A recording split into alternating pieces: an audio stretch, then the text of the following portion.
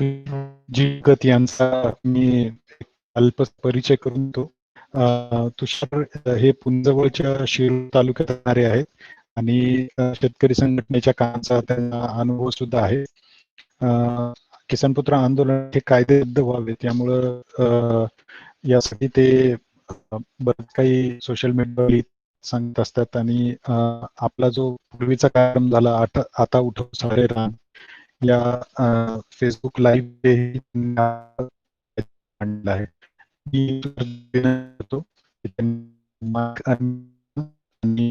सुरुवात करावी. धन्यवाद. Hello hello. हा सरजी येतोय तुझा आवाज. हा क्लिअर आवाज येतोय का? हो येतोय. बरं, कमी वेळ असल्यामुळे मी सगळ्या किसान पुत्रांना बोलायची संधी मिळणार आहे, त्यामुळे मी थोडक्यात संविधानातील परिशिष्ट 9 याबद्दल बोलणार आहे. त्यानंतर बाकी दुसऱ्या व्यक्तीने बोलावे. हॅलो. चालेल चालेल. 1947 रोजी आपला भारत देश स्वतंत्र झाला. 1947 रोजी आपला भारत देश स्वतंत्र झाला. त्यावेळी त्यानंतर अंतरिम सरकार होते. आपल्या भारतामध्ये 1952 साली सार्वत्रिक निवडणुका होऊन लोकनियुक्त सरकार निवडून आले. त्यापूर्वीच हंगामी सरकारने ज्यावेळी आपल्या देशाचे पंतप्रधान पंडित जवाहरलाल नेहरू होते, त्यांनी संविधान बनवण्यासाठी मसुदा समितीची स्थापना केली. त्या मसुदा समितीचे अध्यक्ष डॉक्टर बाबासाहेब आंबेडकर होते. डॉक्टर बाबासाहेब आंबेडकरांनी दीर्घकाळ अभ्यास करून 26 जानेवारी 1950 रोजी आपले संविधान हंगामी सरकारकडे हस्तगत केले.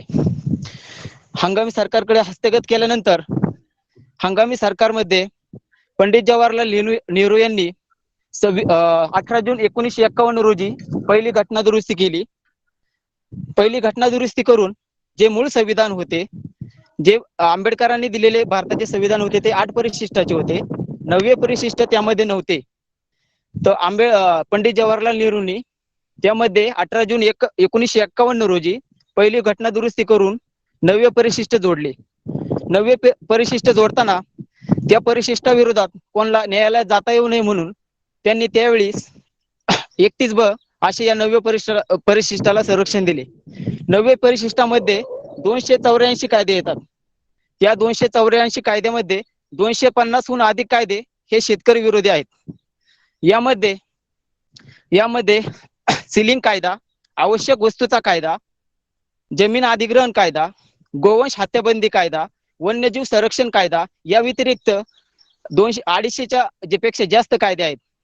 हे कायदे तेव्हापासून जेव्हा या घटनेमध्ये घालण्यात आले तेव्हापासून नेहरूंपासून आजच्या मोदीपर्यंत या कायद्यांना कोणी हात घातलेला नाही. ज्या काही निवडणुका होत असतात त्यामध्ये मोठमोठी आश्वासने दिली जातात, पण शेतकरी स्वातंत्र्यावर आजपर्यंत तरी कोणी बोलताना दिसलेलं नाही. त्यामुळे हे कायदे रद्द व्हावे अशी आपण किसान पुत्र चांगल्या पद्धतीने प्रचार आणि प्रसार करत आहोत. त्यामध्ये मी देखील माझ्या परीने प्रयत्न करत आहे. हे जे 9वे परिशिष्ट आहे, त्या 9वे परिशिष्टाला स्वतः डॉक्टर बाबासाहेब आंबेडकरांनी हे परिशिष्ट शेतकऱ्यांसाठी जुलमी आणि अन्यायकारी आहे असे एका भाषणामध्ये उल्लेख केलेला आहे. त्यामुळे हे 9वे परिशिष्ट जोपर्यंत रद्द होत नाही तोपर्यंत शेतकरी हा स्वतंत्र झाला असे म्हणता येणार नाही. त्यामुळे सर्व किसान पुत्रांनी ज्याच्या त्याच्या परीने ज्याच्या त्याच्या तालुक्यात, जिल्ह्याच्या ठिकाणी किसान पुत्र आंदोलनाचे जे काही शेतकरी विरोधी कायदे आहेत त्याबद्दल प्रचार आणि प्रसार करावा. तसेच या किसान पुत्र आंदोलन ज्या प्रकारे शिबिर असेल किंवा आता उठू सारे रान यासारख्या मोहिमा आहेत, यामध्ये सगळ्यांनी सक्रिय सहभाग घ्यावा आणि हे आंदोलन जसे वाढवता येईल तसे वाढवावे अशी मी सर्व किसान पुत्रांना विनंती करतो आणि या ठिकाणी थांबतो.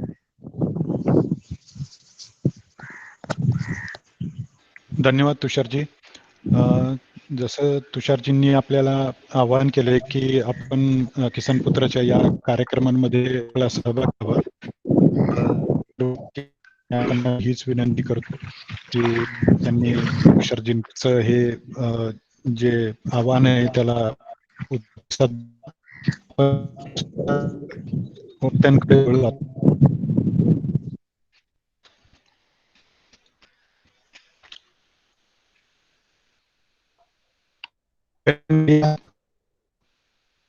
गणेशजी राठोड.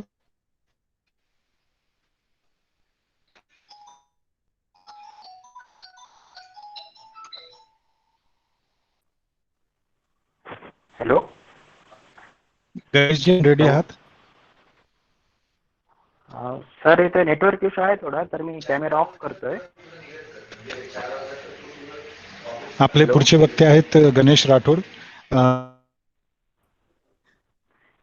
माझा आवाज येतोय सगळ्यांना? साठी पुण्यात असतात.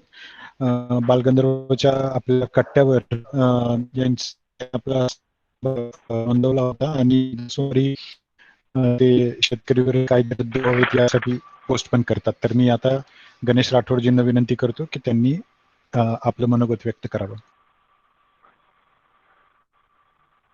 हॅलो. बोला गणेशजी, आवाज येतोय तुमचा. नमस्कार मित्रांनो, मी गणेश लक्ष्मण राठोड, राहणार सिंदखेड राजा, जिल्हा बुलढाणा. माझं शिक्षण हे ॲग्रिकल्चरमध्ये झाले फ्रॉम कॉलेज ऑफ ॲग्रिकल्चर पुणेमधून, आणि सध्या MBA करतोय. तर मित्रांनो, आज माझा विषय असा आहे की मी एक किसान पुत्र, याच्यात माझा सहभाग आणि जबाबदारी. तर मित्रांनो, मी मागच्या वर्षी म्हणजे 2019 पासून या आंदोलनामध्ये काम करतोय, आणि आपलं राज्यस्तरीय जे 7वं शिबिर झालं होतं सिंहगड काहीतरी, तिथे मी पहिल्यांदा उपस्थिती माझी होती. तर मित्रांनो, यामध्ये माझं भाग घेण्याचं कारण म्हणजे हे आंदोलन मला एवढं आवडलं आहे कारण याच्यामध्ये कोणत्याही राजकीय पक्षाचा किंवा कशाचा काही हस्तक्षेप नाही, आणि ते प्रत्येकजण आपापल्या पद्धतीने मिळून काम करतोय, आणि प्रत्येक व्यक्तीची ही मांडणी एवढी मुद्देसूद असते की आपण एकदा जर बघितलं तर ते त्याचा फॅनच हो आपण.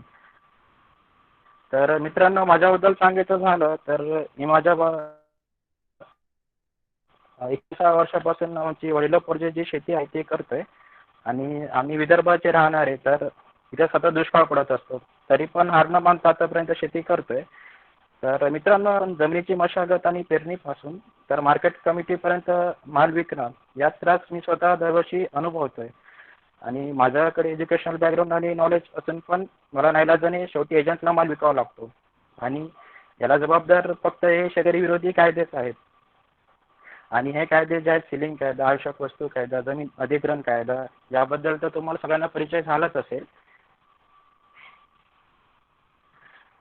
आणि जोपर्यंत शेतकरी विरोधी कायदे आहेत, जे शेतकऱ्याच्या गळ्यातून ह्या बेड्या निघणार नाहीत, तोपर्यंत शेतकरी एक उद्योजक होऊ शकत ना स्वातंत्र्य होऊ शकत.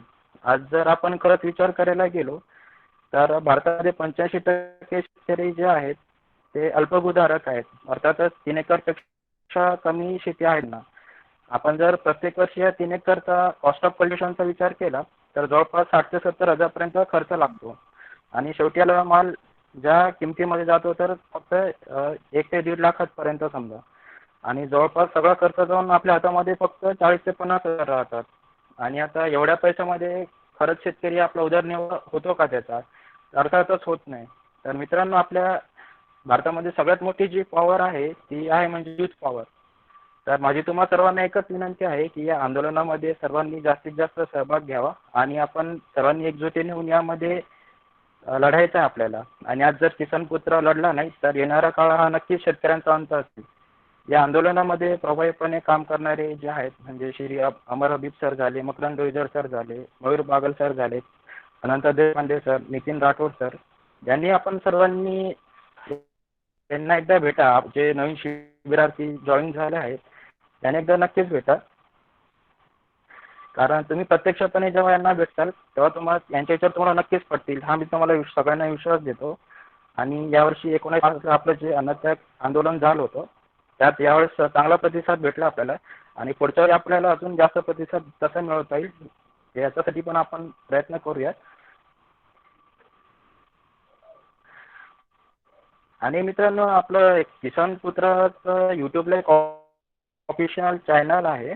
तर आतापर्यंत या चॅनलला फक्त 40 ते 45 सबस्क्रायबर झालेले आहेत, आणि आतापर्यंत आपले जे व्हिडिओज वगैरे जे पण काही कार्यक्रम झाले त्याचे व्हिडिओज आपण त्यात अपलोड केलेले आहेत.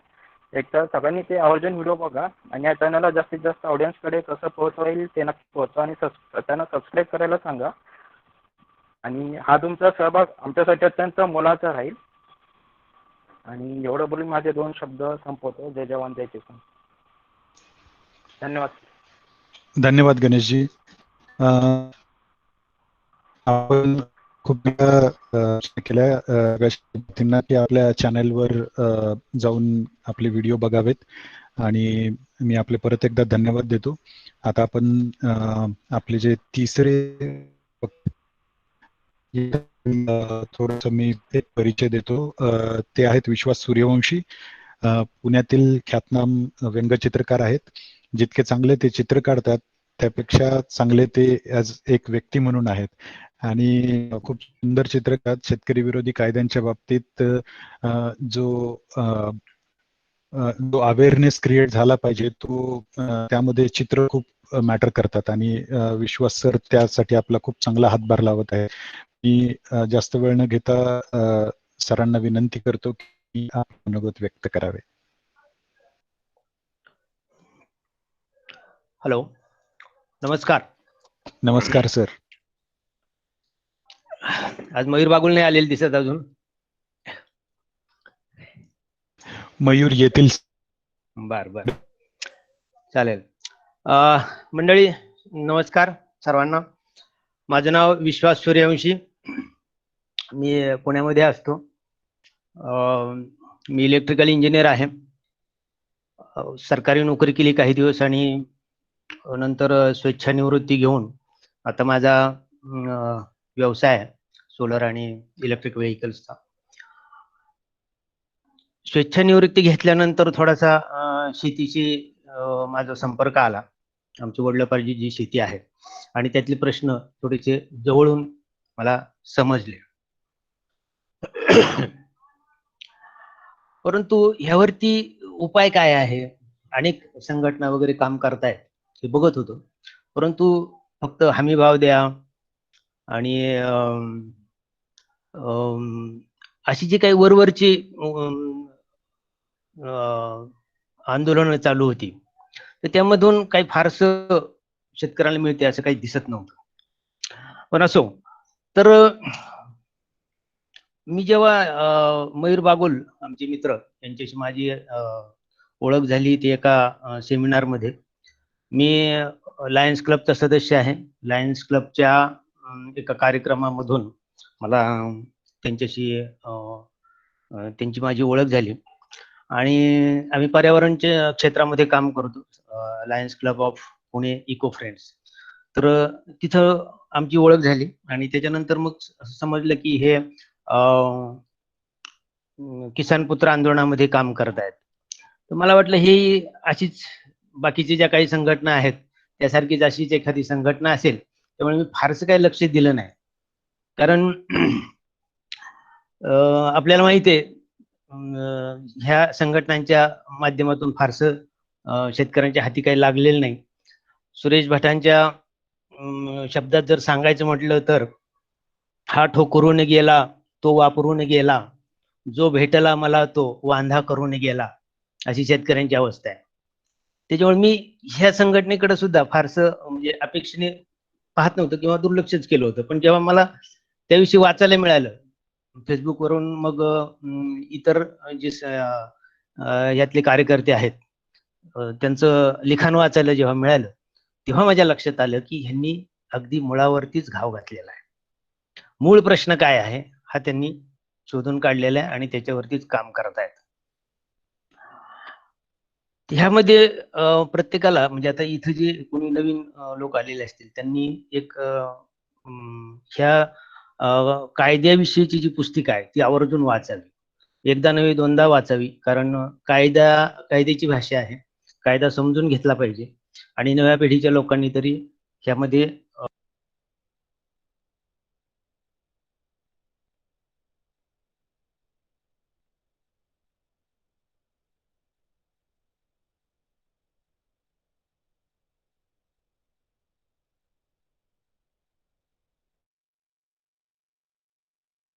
आवाज येत नाहीये. आवाज येत नाहीये विश्वासजी. आवाज आल्यानंतर मग सांगा म्हणजे आम्हाला ऐकायला मिळेल. विश्वास सर म्यूट झालंय तुमचं. अनम्यूट करायला. ओके, आता कधीपासून झालता काय माहित. ठीक आहे, येतोय आता, येतोय आवाज? येतोय, आवाज येतोय. हा. तुम्ही पुस्तक वाचा म्हणून सांगत होतात आणि तुम्ही नंतर लोकांचं ओके ऐकलं. Okay okay okay. हा, तर यामध्ये जे ज्येष्ठ नेते आहेत आपले अमर हबीब सर आणि अनंत देशपांडे सर, ऍक्च्युली हे खरं तर म्हणजे ह्यांच्या वयाच्या लोकांना बऱ्याचशा मोबाईल कसा वापरायचा हे सुद्धा कळत नाही, परंतु यांनी ह्या जुन्या प्रश्नांची पुन्हा नव्याने मांडणी करून हा प्रश्न सोडवण्यासाठी नव्या वाटा, नव्या पिढीची हितगुज आणि तेही त्यांच्याच नव्या तंत्रज्ञानाचा वापर करून केलेला आहे. हे फार लक्षात घेण्यासारखी आणि महत्वाची गोष्ट मला वाटते. म्हणून नव्या पिढीकडून आम्हाला अपेक्षा आहेत. जरी या वर्तमानाला कळेना आमची भाषा, विजा घेऊन येणाऱ्या पिढ्यांशी बोलतो आम्ही, असं त्यांचा नव्या पिढीच्या सहभागासाठी आव्हान आहे असं मला वाटतं. यामध्ये अनेकांना म्हणजे अजूनही अशी शंका आहेत की खरंच कायदा बदलल्यामुळं काही फरक पडणार आहे का. पण जसं पारतंत्र्यात सुख वाटतं लोकांना किंवा गुलामीची एक सवय होऊन जाते आणि त्यामुळे कळत नाही की खरंच हे जर कायदे काढले, रद्द झाले तर आपल्याला ह्याच्यातून खरंच फायदा होईल का. पण परंतु त्यासाठी आपल्याला ह्या कायद्यांचा पूर्ण अभ्यास करावा लागेल, नेमका हा मुद्दा कसा मांडलेला आहे हे सगळं समजून घ्यावं लागेल. आणि खरं तर ह्या नव्या पिढीच्या आता बरीचशी मंडळी नव्या पिढीतली आहेत. आता जसे हे गणेश राठोड बोलले, तुषार भगत बोलले, यांनी ह्या गोष्टीचा प्रचार प्रसार तुम्ही तुमच्या मित्रमंडळीमध्ये जास्तीत जास्त करा आणि ह्या नव्या तंत्रज्ञानाशी युट्यूब असेल, फेसबुक असेल आणि व्हॉट्सअप असेल ह्याच्या थ्रू आपला सहकाऱ्यांना याच्यामध्ये सामील करून घ्या. आणि दुसरी गोष्ट, ह्यामध्ये कोणीही नेता नाहीये, म्हणजे पद दिलेली नाही की हा अध्यक्ष, हा उपाध्यक्ष आहे आणि मग तो त्या जिल्ह्याचा अध्यक्ष केलाय, मग त्याच्यामधली ती सगळी पदाधिकारी वगैरे असं काही नाहीये. आणि प्रत्येक जण आपापल्या परीनं स्वतःहून इथं पुढाकार घेऊन काम करतोय. तर तरुण पिढीला असं आव्हान आहे की ह्या सगळ्या नव्या तंत्रज्ञानाशी तुम्ही परिचित आहात, त्याचा वापर करता आहात, तुम्ही करू शकता चांगल्या पद्धतीने. तर ह्यामध्ये आता सध्या आपण व्हॉट्सअप आणि फेसबुक वापरतोय, पण तुम्ही त्यामध्ये जर आलात, पुढाकार घेतलात, आता युट्यूब मध्ये कदाचित आपली कमी असेल, तर ते जास्तीत जास्त जर तुम्ही त्याचा त्या तंत्रज्ञानाच्या थ्रू जर प्रसार केला, हे तुम्हीच करू शकता. तर नव्या पिढीशी हे एक सांगणं आहे की त्यांनी या पद्धतीने जर केलं तर आपला हा जो किसान पुत्र आंदोलनाचा विचार सगळ्या शेतकऱ्यांपर्यंत पोहोचवण्यासाठी मदत होईल. त्याचबरोबर मी शेवटी एका कवितेतून सर्जकांना आवाहन करतो. शेतकरी हा सर्जक आहे, अमर हबीब सर म्हणतात तसं, आणि तो निर्मिती करत असतो. कलाकार सुद्धा निर्मितीच करतो. तर ह्या सर्व सर्जकांनी शेतकऱ्यांनाही साथ द्यायला हवी आपापल्या माध्यमातून, आपापल्या, मग ते लेखक असोत, कवी असोत, नाटककार असोत, चित्रकार असोत, या सर्वांनी जर ह्याला साथ दिली तर हे एक मोलाचं कार्य होईल. हॅलो, मी ह्या कवितेसाठी आधार घेतलाय कुसुमाग्रज यांचाच एका कवितेचा. सूर म्हणतो साथ दे, दिवा म्हणतो वाद दे. कोणी म्हणतो हमी द्या, कोणी म्हणतो माफी द्या, कायद्याच्या बेडीत अडकलेल्या किसानांना फक्त स्वातंत्र्य द्या. सर्जकाला मुक्त करा, बांडगुळांना ध्वस्त करा, देशोधडीला लावणाऱ्या कायद्यातून मुक्त करा. भक्षकांनो दूर व्हा, रक्षकांनो दक्ष व्हा, अन्नदात्याच्या मुक्ततेसाठी सर्जकांनो साथ द्या. तर मंडळी, ह्या बरोबरच मी माझे 2 शब्द संपवतो. किसान पुत्र आंदोलनाच्या संयोजकांनी मला इथं बोलण्याची संधी दिली त्याबद्दल मी आपला सर्वांचा आभारी आहे. धन्यवाद. धन्यवाद विश्वास सर. खूप चांगली कविता सांगितली तुम्ही आणि तुमचं मनोगत पण खूप छान व्यक्त केलं. पुढचे आपले वक्ते आहेत दीपक नारे. यांचा एक अल्पसा परिचय आहे आणि किसान पुत्र आंदोलनामध्ये लिखाण करत असतात आणि आपल्या अन्नदात्यासाठी अन्नत्याग, सोमवारच्या पोस्ट आणि त्यांचा सक्रिय सहभाग असतो. ते आपला एक व्हॉट्सअपचा ग्रुप पण चालवतात. हे त्यांचा परिचय आहे. मी दीपक नारे यांना विनंती करतो की त्यांनी आपला माईक अनम्यूट करावा आणि आपलं मनोगत व्यक्त करावं. नमस्कार सर. नमस्कार. हॅलो, आवाज येतोय सर माझा? हॅलो. हा, आवाज हॅलो. येतोय. बोला बोला. हॅलो. सर्वप्रथम उपस्थित सर्वांना सस्नेह जयगुरु. किसान पुत्र आंदोलनाचाच एक भाग म्हणजे आपलं हे 9 ते 15 ऑगस्ट दरम्यान सुरू असलेलं ऑनलाईन शिबिर.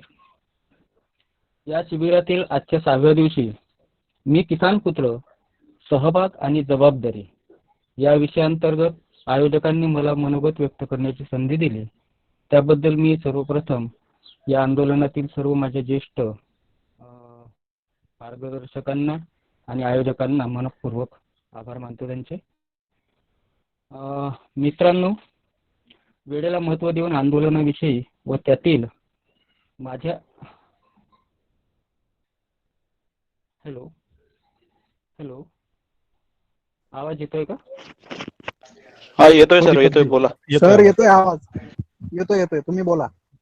मित्रांनो, वेळेला महत्त्व देऊन आंदोलनाविषयी व त्यातील माझ्या सहभाग आणि जबाबदारीबद्दल मी फक्त काही मुद्दे मांडणार आहे, कारण वेळ कमी आहे आणि सविस्तर विचारांची देवाणघेवाण यापुढे आपली अखंड चालू राहणार आहे.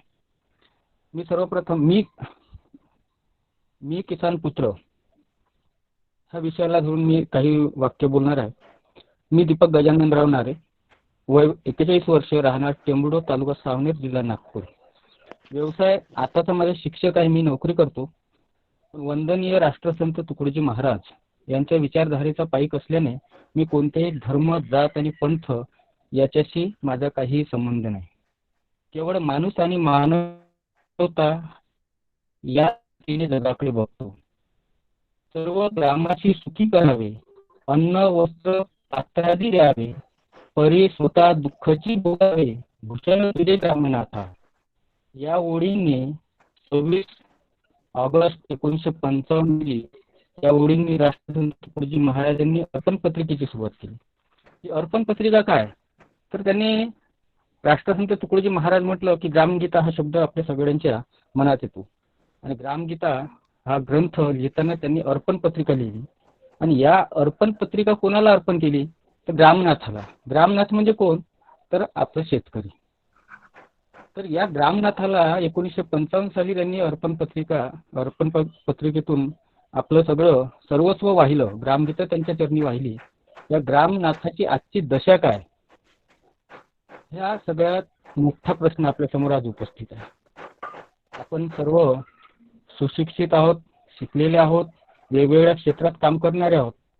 आपला संबंध कसा आला, काय आला, सगळ्यांचा वेगवेगळा अनुभव आहे.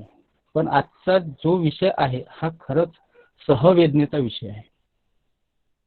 यातला पुढचा भाग हे झालं माझ्याबद्दल. मी शिक्षक आहे. आता माझ्याकडे शेती आहे, अल्पशी शेती राहिलेली आहे. पण मी शेतकरी पुत्र आहे ही माझी ओळख मला या आंदोलनाने करून दिली. ही सगळ्यात मोठी माझ्यासाठी महत्त्वाची बाब. मी शेतकऱ्याचा पुत्र होतो. माझ्या किती पिढ्यांनी शेती केली, परंतु मी शेतकरी पुत्र आहे ही भावना माझ्या मनात जर कोणी निर्माण केली असेल तर ती या आंदोलनाने केली. म्हणून मी या आंदोलनाचा आज जन्म पाईक राहील, त्याचा आभारी राहील. ही पहिली बाब. दुसरी गोष्ट, यातला माझा सहभाग. मी या आंदोलनात खूप नवीन आहे. आपण आजपर्यंत फेसबुक, व्हॉट्सअप आणि इतर लिखाणातून अमर हबीब सर असो, देशपांडे सर असो, नितीन राठोड दादा असो, असलम सय्यद दादा असो, मकरंद भाऊ असो, गजेंद्र गडकर सर, अनेक नाव आहेत. आणि आता नवीन जुळलेले सगळे माझे सहकारी मित्र आहेत, ज्येष्ठ आहेत, वयाने मोठे आहेत, बहिणी आहेत.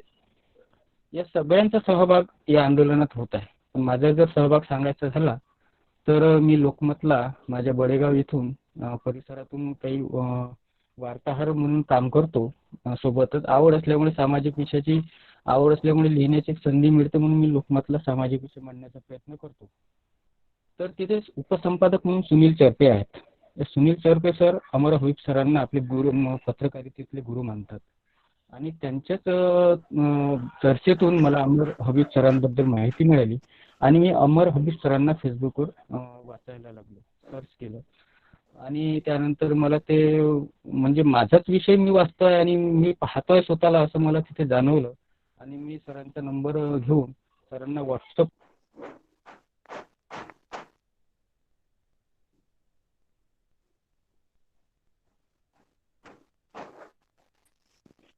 संभाजी कदमजी, तुम्ही जे बोलतायत त्यांना म्यूट केलंय.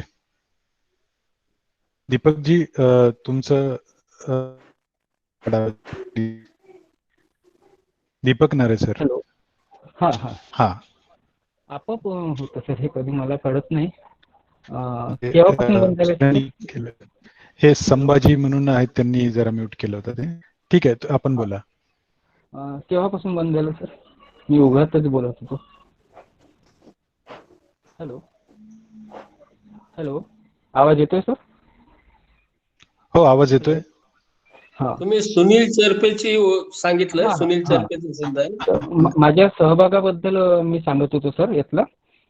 सुनील चरपे सर उपसंपादक लोकमतला आहेत. त्यांच्याशी माझा वार्ताहर म्हणून संबंध आला आणि ते अमर हबीब सरांना आपले पत्रकारितेतले गुरु मानतात, हे मी त्यांच्याकडून ऐकलं.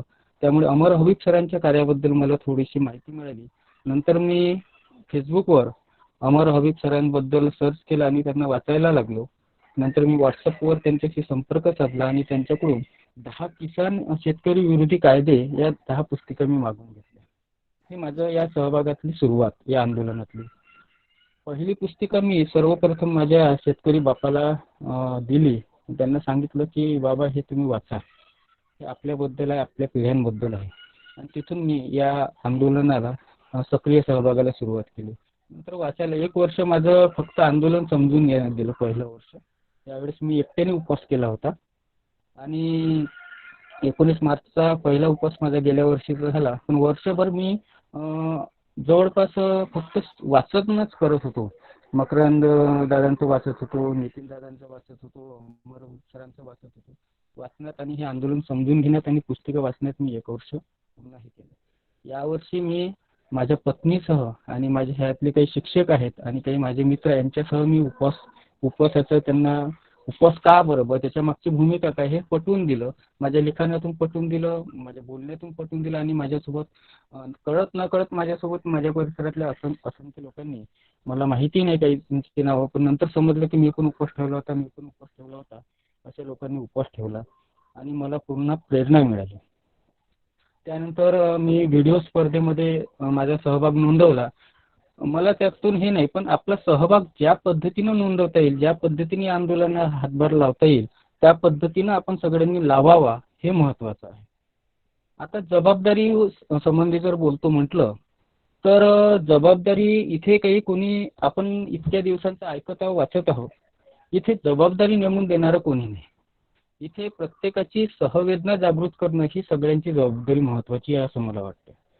कारण आपल्यातील जर सहवेदना आपण जागृत करून घेतल्या किंवा झाल्या तर साहजिकच या विषयाकडे पाहण्याचा आपला दृष्टिकोन बदलेल आणि त्या अनुषंगानं आपल्याकडून आपोआपच आपल्या परिसरात, आपल्या माध्यमातून, आपल्या सोयीने किंवा आपल्या क्षमतेनुसार आपल्याला काय करता येईल याची जाणीव मात्र प्रत्येकाला आपोआपच होईल. म्हणून सगळ्यात आधी या विषयाची सहवेदना आपल्या आजूबाजूच्या, आपल्या संबंधित लोकांच्या मनात निर्माण करणे आवश्यक आहे.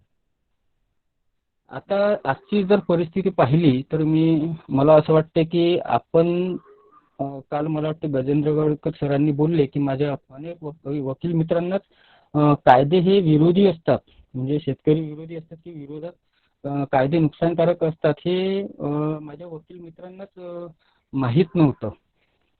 असं त्यांना त्यांच्याशी बोलल्यानंतर आढळलं, असं त्यांनी म्हटलं. आता या क्षेत्रात कायद्याशी सगळ्यात आधी जर संबंध येत असेल तर तो येतो वकिलांचा. आणि सामान्य लोक तर कायद्यापासून कोर्ट कचेरीपासून दूर राहण्याचा प्रयत्न करतात. अभ्यासाचं तर सोडूनच द्या. संविधान माझ्यासारख्यांनी सुद्धा संविधान वाचलेलं नाही हे प्रामाणिकपणे मी कबूल करतो. पण आता मात्र मी नक्की वाचणार आणि मकरंद दादांसोबत संविधानाचा अभ्यास सुद्धा त्यांच्या दृष्टिकोनातून मी करणार आहे. आजची परिस्थिती अशी आहे की कायदे विरोधी असतात हे लोकांना माहीत नाही, ही मुळात अडचण आहे. आणि शेतकरी तर सोडूनच द्या. शेतकरी हा सर्जक आहे. त्यांनी बिचाऱ्याने प्रामाणिकपणे पिढ्यानपिढ्या पीक काढण्याचं आणि पोसण्याचंच काम केलेलं आहे. त्याला दुसरं कळलंच नाही. इथे आपण पहिल्याच ओळीत जर म्हटलं आहे तुकडोजी महाराजांनी, सर्व ग्रामाशी सुखी करावे, अन्न वस्त्र पात्रादी द्यावे, परी स्वतः दुःखाची भोगावे, भूषण तुझे ग्रामनाथा. दुःखाची भोगावे 1955ला तुकडोजी महाराजांना हे दिसलं. आणि ग्रामनाथ कसा कष्ट भोगत आहे 1955 पासून, त्याच्या आधीपासून आहेत, पण आतापर्यंत आहे. हे का बरं ग्रामनाथाला कळू नये?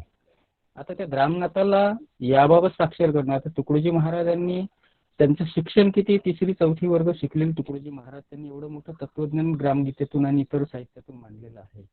म्हणजेच अन्यायाचा शिक्षणाशी काही संबंध नाही. अन्यायाची जाणीव हा निरक्षराला सुद्धा होऊ शकते. आपला शेतकरी अडाणी आहे, निरक्षर आहे, म्हणून त्याला कसंही मूर्ख बनवायचं. तर मूर्ख कशाच्या आधारे बनवलं? मला तरी असं वाटतंय की राजकीय लोक, जे षडयंत्रकारी लोक आहेत, ज्यांना सत्ता गाजवायची आहे, त्यांनी लोकांच्या अडाणीपणाचा, निरक्षरतेचा फायदा घेतला नाही, तर या लोकांच्या भावनेचा त्यांनी फायदा घेतला. भावनेशी खेळले, भावनांना त्यांनी आपल्या ह्याच्यात घेतलं. भावनेच्या आधारावर राजकारण, धर्माच्या आधारावर राजकारण. भावने कायदे तुमच्या फायद्याचे आहे, कल्याणकारी आहे, सरकार मायबाप असते, हे सगळे कसे संबंधित आहे? निरक्षरतेशी आणि साक्षरतेशी याचा काही संबंध आहे. याचा संबंध आहे त्या व्यक्तीच्या भावनेशी. भावना, हो माझं सरकार कल्याणकारी आहे, माझं सरकार कल्याणकारी आहे, तर ते माझ्या विरोधातील कायदे कसं बनवेल? विश्वासच ठेवत नाही.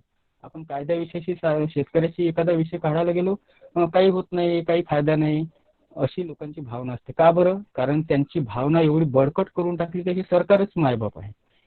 म्हणून खरा प्रश्न असा आहे की ह्या भावनेला उत्तर कसं द्यायचं? त्यांना शाळेत शिक्षण देऊन किंवा कायद्याचा अभ्यास करून त्यांना आपल्याला याकडे वळवणं मला तरी वाटते सहज नाही. आपल्याला त्यांच्यातील सहवेदना, त्यांच्यातील भावना, आपल्याला ती भावनाच त्यांची सांगावी लागेल की तुमची भावना आजपर्यंत ही होती, आता ती भावना सोडा. त्या भावनेचा लोकांनी फायदा घेतलेला आहे. आता तुम्ही याकडे भावनेतून नाही तर सहवेदनेतून बघा. आणि हे आपल्याला बघायला सुरुवात करायची. सर्वप्रथम मी सगळे नवीन जे काही इथे शेतकरी पुत्र आलेले आहेत, त्या सगळ्यांना मी, नवीन शेतकरी पुत्रांना मी नक्की आवाहन करेन की जोपर्यंत माझ्या मनातील सहवेदना जागृत होत नाही पूर्णपणे, तोपर्यंत मी कोणतंही कार्य या आंदोलनात करू शकत नाही. हे मला तरी माझं वैयक्तिक मत आहे. कारण हा नुसता कायदा आहे. आपल्या आंदोलनात एवढे तज्ज्ञ लोक आहेत, एवढे शिकलेले, आणि कायद्याचा सगळ्या बाबींचा मी सुद्धा एवढा अभ्यास केलेला नाही, काहीच नाही. मला कदाचित तो करण्याची गरज नाही, कारण मला या व्यक्तींवर एवढा विश्वास बसलेला आहे या आंदोलनात की हे जे दिशा दाखवतील ते नक्कीच प्रामाणिक असेल, आणि प्रामाणिक हेतूनच त्यांनी जो मार्गदर्शन केलेलं आहे ते प्रामाणिक आहे. त्याच्यामुळे मला पूर्ण विश्वास आहे. मला काही प्रत्येकाला या कायद्यांचा ना, संविधानाचा किंवा या कायदा दुरुस्तीचा अभ्यास करण्यासाठी आपल्याजवळ तज्ज्ञ बसलेले आहेत. आपल्याला काय करायचं आहे? तर आपली जबाबदारी काय आहे? तर आपल्या आजूबाजूचे जे आपल्याबद्दल, आपल्या नात्यातील असेल, आपले मित्रमंडळी, जिथे वेळ मिळेल आपण अनेक अनावश्यक गोष्टींवर चर्चा करत असतो. पिक्चरवर, हिरोंबद्दल, एखाद्या गोष्टींबद्दल, राजकारण्यांबद्दल, ज्याच्या आपल्या जीवनाशी काही फायदा होणार नाही, उलट आपला वेळ वाया जाणार आहे. त्यापेक्षा प्रत्येकाने निदान ठरवायचं आहे की मी ज्या कोणत्या 4 लोकात बसलेला आहे तिथे 5 मिनिटासाठी तरी मी हा विषय, शेतकरी विरोधी कायदे हा विषय आणि शेतकरी भूमिपुत्र आंदोलन, किसान पुत्र आंदोलन, ह्या शब्द तरी त्यांच्या कानात मी टाकेन. एवढी तरी प्रामाणिक रोजचा प्रयत्न आपण 5-10 मिनिटाचा केला तरी आपली जबाबदारी इथून सुरुवात होईल. आणि एकाच दिवशी आपल्याला खूप काही करायचं नाही, ठरवायचं नाही. जबाबदारी एवढीच आहे की प्रत्येक जण इथे तज्ज्ञ आहे. असलम सय्यद दादा आहेत, मयूर बागुल दादा आहेत, हे ऑनलाईन वगैरे सगळ्या गोष्टी करतात. कदाचित आपल्याला नेटवर्कचे प्रॉब्लेम आहेत किंवा आपल्याला तेवढं तंत्र समजत नाही, त्याच्यामुळे आपण जर नाही करू शकलो तर नाही करायचं, काही गरज नाही. ज्याला जे शक्य आहे, प्रत्येकाची एक वेगळी क्षमता आहे, प्रत्येकाची एक वेगळी ताकद आहे. आपली स्वतःची ताकद ओळखा, आपली सहवेदना जागृत करा, म्हणजे तुम्हाला तुमची क्षमता समजेल आणि ताकद समजेल, आणि त्या ताकदीचा वापर आपण या आंदोलनासाठी कसा करू शकतो याचा प्रत्येकाने आपसात आत्मचिंतन करून विचार करायला पाहिजे. जबाबदारीच्या बाबतीत बोलायचं झालं तर तुकडोजी महाराजांनी याच अर्पण पत्रिकेत म्हटलं आहे, तुझ्या श्रमाचं प्रतिष्ठा मिळव, सकळांचे लक्ष तुझकडे वळव, मानवतेचे तेज झडझडो, विश्वा माझी या योगी. या योगाने, ह्या आंदोलनाचा योग आपल्या जीवनात आलेला आहे. हे किसान पुत्र आंदोलन हा योग आहे. या आंदोलनाच्याच मार्फत तुझ्या श्रमास, म्हणजे या शेतकऱ्यांच्या श्रमास आपल्याला प्रतिष्ठा मिळवून द्यायची आहे. सकळांचे लक्ष तुझ्याकडे वळव, या सगळ्या व्यवस्थेचं लक्ष आपल्याला यांच्याकडे वळवणं ही आपली जबाबदारी आहे.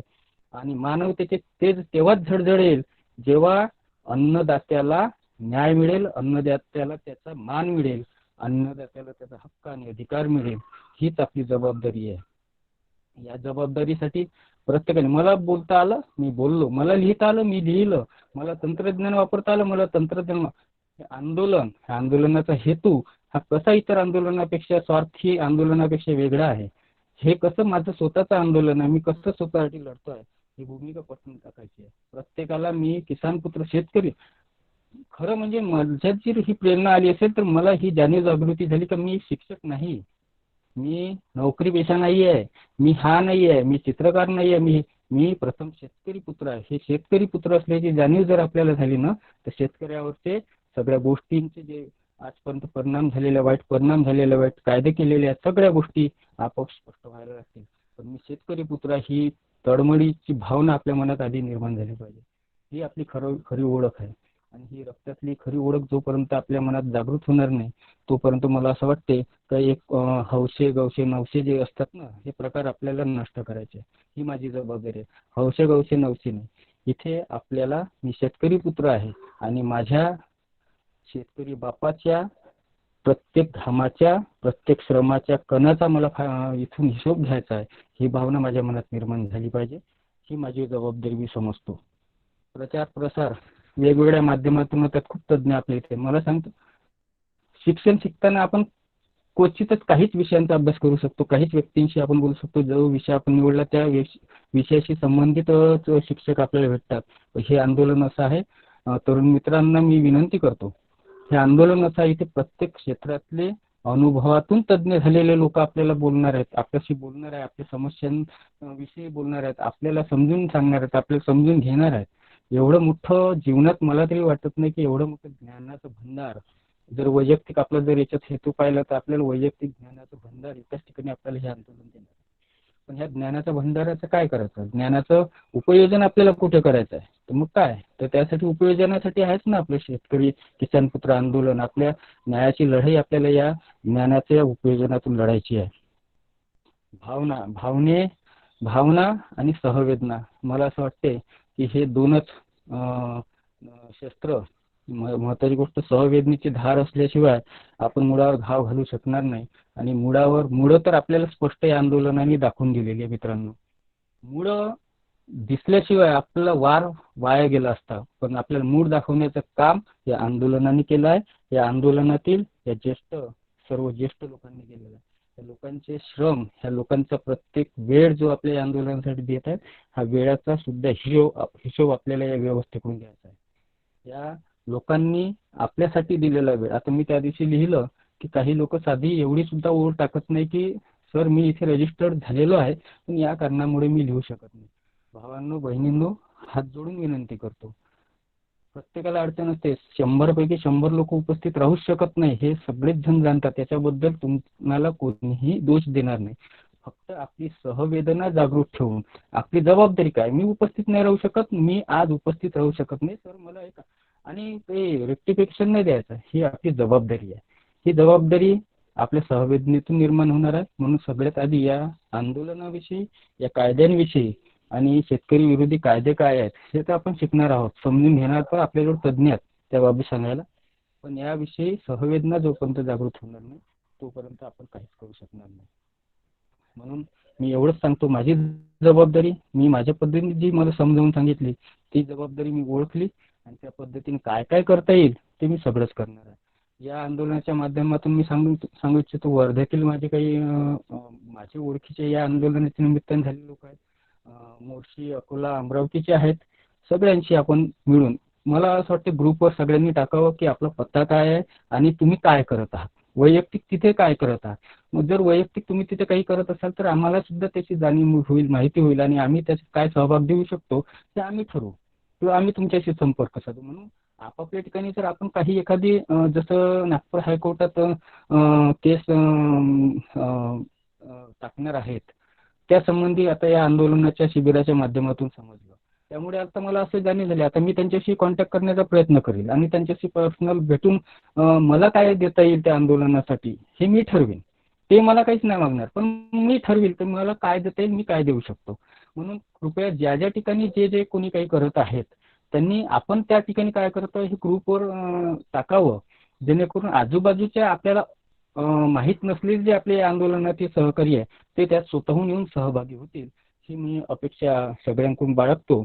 अनेक वेळ मला वाटते 4-5 मिनिट जास्त झालेला आहे, नंतर बोलू. आणि माझी जबाबदारी मी सांगितलेली आहे. सहभागाबद्दल थोडक्यात बोललो, माझ्याबद्दल सांगितलं. माझ्याबद्दल 2 गोष्टी सर, परवानगी असेल तर मी 2 मिनिट बोलतो. हॅलो, या ग्रुपच्या माध्यमातून मला असं वाटते काही गोष्टी ज्या ग्रुपवर टाकतात. हॅलो, आवाज येतोय का सर? हो सर, येतोय. 2च मिनिट घेतोय सर, जास्तीचे माफ कराल. प्रत्येक क्षेत्रातून, इथे वेगवेगळ्या क्षेत्रातून वेगवेगळ्या राजकीय पक्षाशी संबंधित असलेले वेगवेगळ्या मानसिकतेचे, वेगवेगळ्या अनुभवाचे लोक आले असल्यामुळे सगळ्यांचे विचार एका वेळेसच जोडणं सहज शक्य नाही. त्याच्यामुळे कोणी जर ग्रुपवर काही टाकलं, त्याच्याशी आपलं जर मतभेद असेल तर तो नक्कीच मांडावा, पण तो मांडत असताना आपल्या शब्दांनी कोणाचं मन दुखावले जाऊ नये, मनभेद होऊ नये, हा प्रत्येकाने प्रामाणिक प्रयत्न करावा. ही सुद्धा किसान पुत्रांची जबाबदारी असं मला वाटते. पिढीचे काम हे एक महत्वाचा शब्द मी ऐकतो. पिढीचे काम काय? आता मी या पिढीचा आहे, 40 वर्षाचं वय झालेलं आहे. मी अजिबात अपेक्षा ठेवत नाही की मी 60 वर्षाचा होतपर्यंत हा कायदा बदलेलच, पण मी ही खात्री मात्र नक्कीच देऊ इच्छितो किसान पुत्र या नात्याने, या आंदोलनाचा सहभागी म्हणून, की मी जे बीजारोपण अमर हबीब सरांनी आणि या ज्येष्ठ मंडळींनी केलेलं आहे, याला मात्र, या बीजातून जे रोपट निघालेलं आहे किसान पुत्र आंदोलन नावाचं, याला मात्र खतपाणी देण्याची, त्या झाडाला संरक्षण देण्याची, त्याला वाढवण्याची आणि ते झाडाचं फळ पुढच्या पिढीपर्यंत खाण्याच्या लायकीचं ते झाड बनवून देईल, ही मात्र खात्री या आंदोलनाच्या माध्यमातून मी सगळ्यांना देऊ इच्छितो. हीच आपली जबाबदारी, हेच आपल्या पिढीचं काम आहे. त्यांच्या पिढीचं काम त्यांनी केलं, आपल्या पिढीचं काम हे झाड वाढवणं आहे आणि या झाडाला फळं येईपर्यंत आपल्याला जपायचं आहे. ती फळं आपण खाऊ शकलो तर आनंदाची गोष्ट आहे, पण नाही खाऊ शकलो तर निदान येणाऱ्या पिढीला नक्कीच त्या झाडाची फळं खायला मिळतील, हे आपण ठाम आपल्या मनाशी बाळगलं पाहिजे. आणि एवढं बोलून मी माझं मनोगत व्यक्त करतो, संपवतो आणि सगळ्यांना पुनश्च सस्नेह जयगुरु. आणि नक्कीच भेटू. बरं वाटलं सगळ्यांनी मला जर संधी दिली, नवीन असताना जर मला संधी दिली, त्यामुळे माझ्या कामाला प्रेरणा मिळाली. त्या प्रेरणेबद्दल मी सगळं आयोजकांचं पुनश्च आभार मानतो आणि धन्यवाद. प्रत्येक आपल्या क्षमता वापरून त्या पद्धतीने काम करावं, हे खूप चांगले तुम्ही किसान त्याबद्दल मी तुम्हाला म्हणतो. जे आहे ते जिल्ह्यातले शेतकरी क्षेत्रातले असलं तुमचा आवाज तुटत येतोय, नीट समजत नाही. आवाज तुटत येतो, नीट समजत नाहीये. Okay, sorry. जरा इकडे नेटवर्कचा प्रॉब्लेम आहे, माफ करा. आता येतोय आवाज?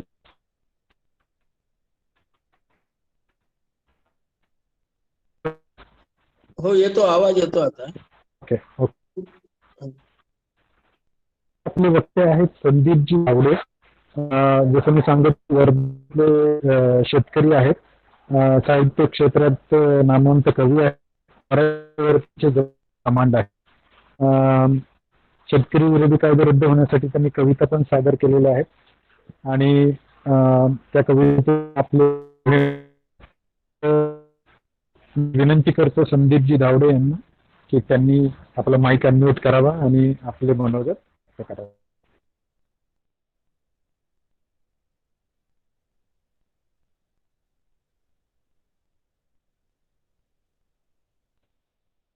नमस्कार सर्वांना.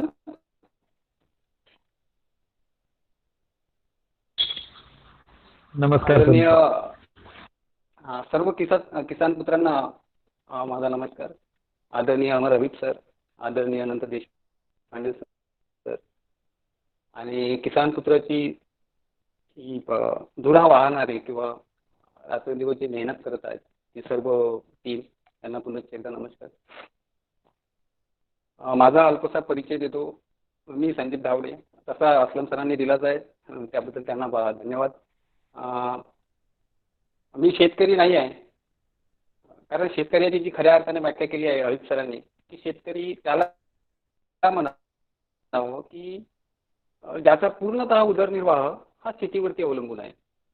शेती व्यतिरिक्त बाहेरून त्याला त्याच्या घरच्या भाकरी थापण्याकरिता कुठलाही पैसा येत नाही किंवा पैसा येत नाही, असा तो शेतकरी. त्या अर्थाने मी शेतकरी नाही आहे, पण मी एक शेतकऱ्याचा मुलगा आहे, म्हणजे मी किसान पुत्र आहे. आणि याच धाग्याने माझा संपर्क आला आहे किसान पुत्र आंदोलनासोबत. जवळपास 2016ला माझा प्रत्यक्षरित्या अभित सरांसोबत संबंध आला. त्यापूर्वी मी जवळपास 20 वर्षापासून आदरणीय अभित सरांचं नाव ऐकलेलं आहे. त्या नावाने कितीतरी वर्षापूर्वी पासून एका काळजामध्ये किंवा डोक्यामध्ये घर केलेलं आहे. 2016 मध्ये संबंध असा आला की गणेश क्रीडा संकुल पुन्हा इथे किसान पुत्रांचं आंदोलन एक गाव माझाही असं एक आंदोलन झालं होतं आणि त्या आंदोलनामध्ये मी सहभागी होतो, पुण्याला होतो. आणि त्याच्यानंतर दरवर्षी 1986ला साहेबराव पाटलांनी जी एक सहपरिवार सामूहिक आत्महत्या केली, त्या स्मृतिप्रित्यर्थ सहवेदना म्हणून 19 तारखेला जे अन्नत्याग आंदोलन वर्षाला होतो, प्रत्येक वर्षाला होत होतो, तर त्याच्यामध्ये पण मी गेल्या 3-4 वर्षापासून त्याच्यामध्ये सहभागी आहे, सहवासात आहे. तर अशा पद्धतीने माझा हा संपर्क आला. आणि झालं कसं की मग शेती घाट्याची आहे, शेती घाट्याची का आहे याची अनेक कारणमीमांसा अनेक चळवळींनी केली आहे. किसान पुत्र आंदोलन पण करतोच आहे, शेतकरी संघटनेने पण केली आहे. त्या विषयावरती मी काही बोलणार नाही, त्या विषयावरती माझं ज्ञान आणि प्रभुत्व फारसं आहे नाही. पण गाव सोडून यावं लागलं, शेती घाट्याची आहे म्हणून गाव सोडून यावं लागलं. आणि कधीतरी आज जरी शेतकरी नाही आहे, 10-15 वर्षापूर्वी शेतकरी होतो. हो, आवाज क्लिअर येईल तुमचा. बरं व्हिडिओ बंद करू का? हो बंद करा, व्हिडिओ बंद करा. बरं, हा व्हिडिओ बंद करा. ऐका, त्यांच्या व्हिडिओचा प्रश्न नाही, इतर लोक जे बोलतायत आणि त्यांनी अनम्यूट करून ठेवलेलं आहे त्या लोकांनी आपलं म्यूट करावं, त्यांचं व्यवस्थित ऐकू येत होतं. अच्छा, मध्ये कोणीतरी एक जण आले आणि त्यांनी त्यांच्या तिथं आवाज झाला. तुम्ही बोला संदीपराव, तुम्ही तुमचं चालू द्या.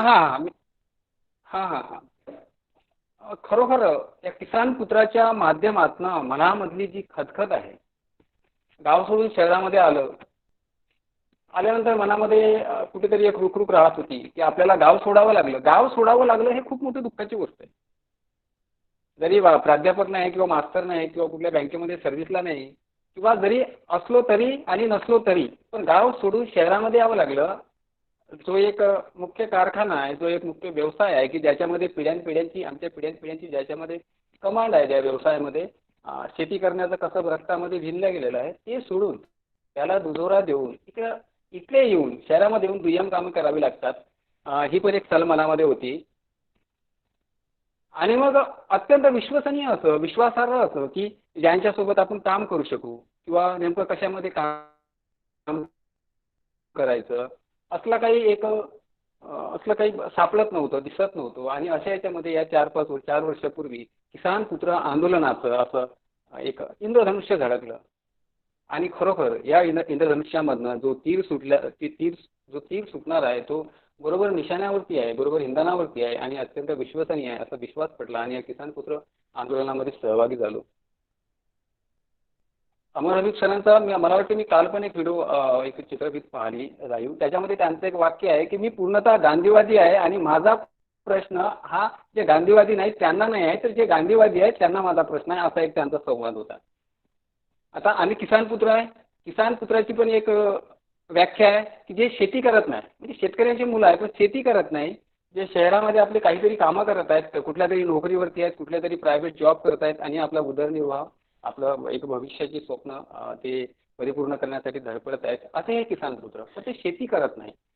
मग यांची नाळ तर काही पूर्णतः गावांपासून तुटलेली नाही. यांची आई गावामध्ये आहे, बाबा गावामध्ये आहे किंवा नसतील तर त्यांचे काका, चुलते, पुतणे, मित्र गाव त्या गावावरती जसं आहे तसंच आहे. गेल्या कित्येक वर्षापासून गाव जसंच्या तसंच आहे. म्हणजे आपण शेतकरी होतो तेव्हापासून गाव सोडलं तर अजूनही गाव तसंच आहे, त्यापूर्वीही तसंच होतं. यानंतरचं गाव असं राहू नये, गावाचं चित्र बदलवावं असा एक किसान पुत्र आंदोलनाचा एक अंतिम टप्पा आहे की जो कमाल जमीन धारणा कायदा, जीवनावश्यक वस्तूंचा कायदा आणि भूसंपादन कायदा हे 3 मुख्य कायदे आणि यासारखे असे अनेक कितीतरी कायदे 302 जे कायदे आहेत हे कायदे रद्द व्हावे. मुख्यत्वाने हे 3 कायदे रद्द व्हावे.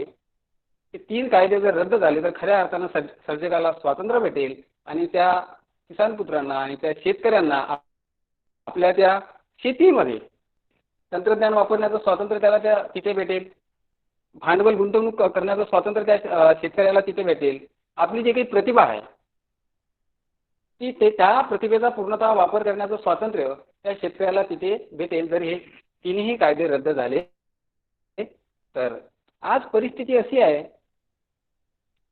की शेतकऱ्याचा मुलगा किंवा कोणीही BSc ॲग्री झाला, MSc ॲग्री झाला, म्हणजे त्या व्यवसायामध्ये किंवा त्या क्षेत्रामध्ये त्याने ज्ञानार्जन केलं, त्याच्यामधली एक्सपर्टी त्याने कमावली, तर तो व्यवसाय तो करत नाही. गावामध्ये राहून जरी त्याने बापाच्या भरोशावर किंवा शेतीच्या भरोशावर शेतातल्या पैशावर एवढंच काय तर पीक कर्ज काढलेल्या पैशातनं ज्या काही फीज भरल्या आहेत, जे काही पुस्तकं त्याने घेतले आहेत आणि त्याच्या भरोशावर त्याने BSc MSc केलं आहे, त्याच्यानंतर त्याच्या ज्ञानाचा त्याच्या शेतीला काहीही उपयोग होत नाही. तो कुठेतरी इथे आपल्या शहरामध्ये येतो, कुठल्या तरी NGO मध्ये, कुठल्या तरी प्रोजेक्टमध्ये, कुठल्या तरी प्रकल्पामध्ये, जे कल्याणकारी प्रकल्प म्हणून शासन राबवतोय, बचत गटाशी संबंधित असो, सेंद्रिय शेतीशी, जैविक शेतीशी संबंधित असो, असल्या प्रोग्राममध्ये तो काम करतो आणि त्याच्या त्या ज्ञानाला, त्याच्या त्या प्रतिभाला पूर्णतः जंग लागते. मी जास्त बोलणार नाही, विषय भरकटण्याची चिन्ह दिसते.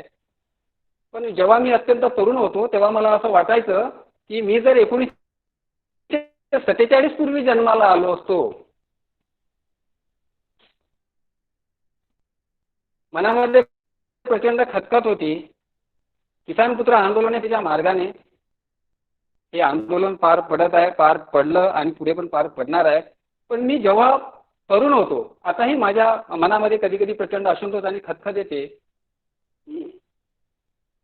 तेव्हा मला वाटायचं जवळपास 10-15 वर्षापूर्वी की पुतळ्याची होते विटंबना. म्हणजे हा किसान पुत्राला तेव्हा एक प्रश्न विचारला होता, मीच माझा स्वतःला एक प्रश्न विचारला होता की पुतळ्याची होते विटंबना तेव्हा पेटून उठतो गाव.